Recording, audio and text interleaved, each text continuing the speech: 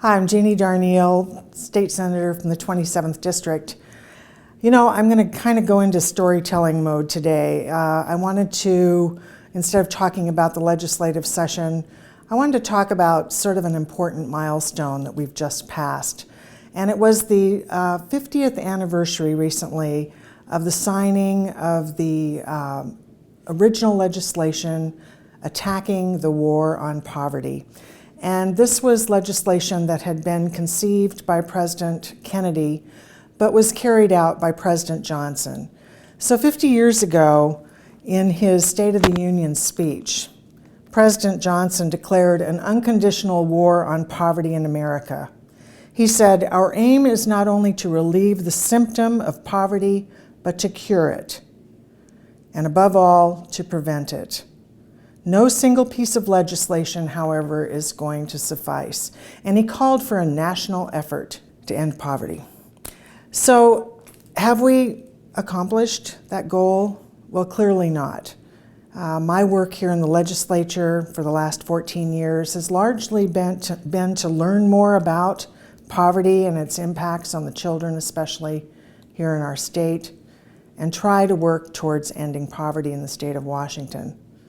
But we've not been fully successful, just as we've not been successful at the national level.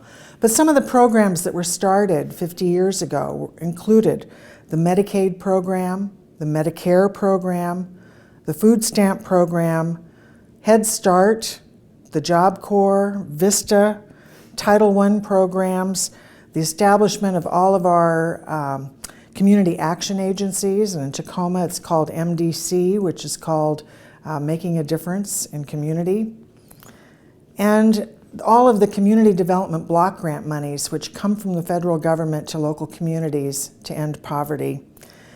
Our country's longest war has not been won and will not be finished until we break down racial injustice and provide opportunities to the poorest community members. So let me just give you a few stats. 1.7 million Americans are still living on less than $2 per person per day. In the 1960s, the poverty rate was around 26%. Today, that number has dropped to 16%, but as you know, that number is still too high. About 30% of the people of single mothers in America are living in poverty, which means their children are living in poverty. And according to the Census Bureau in 2012, 11.9% of the people in Pierce County today live below the poverty level.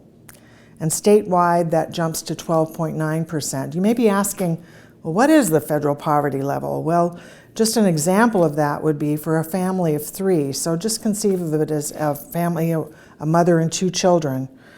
She would be making less than $19,790 a year.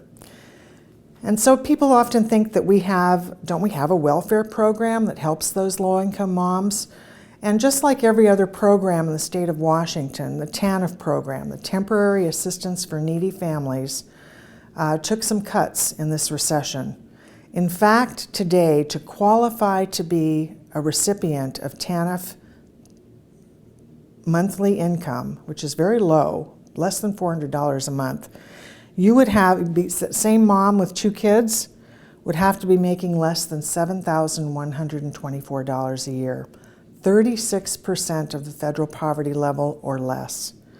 So, and we also established some things called the hard end to TANF programs, and now a woman in Washington, that same woman, could only be on that program for 60 months in her lifetime.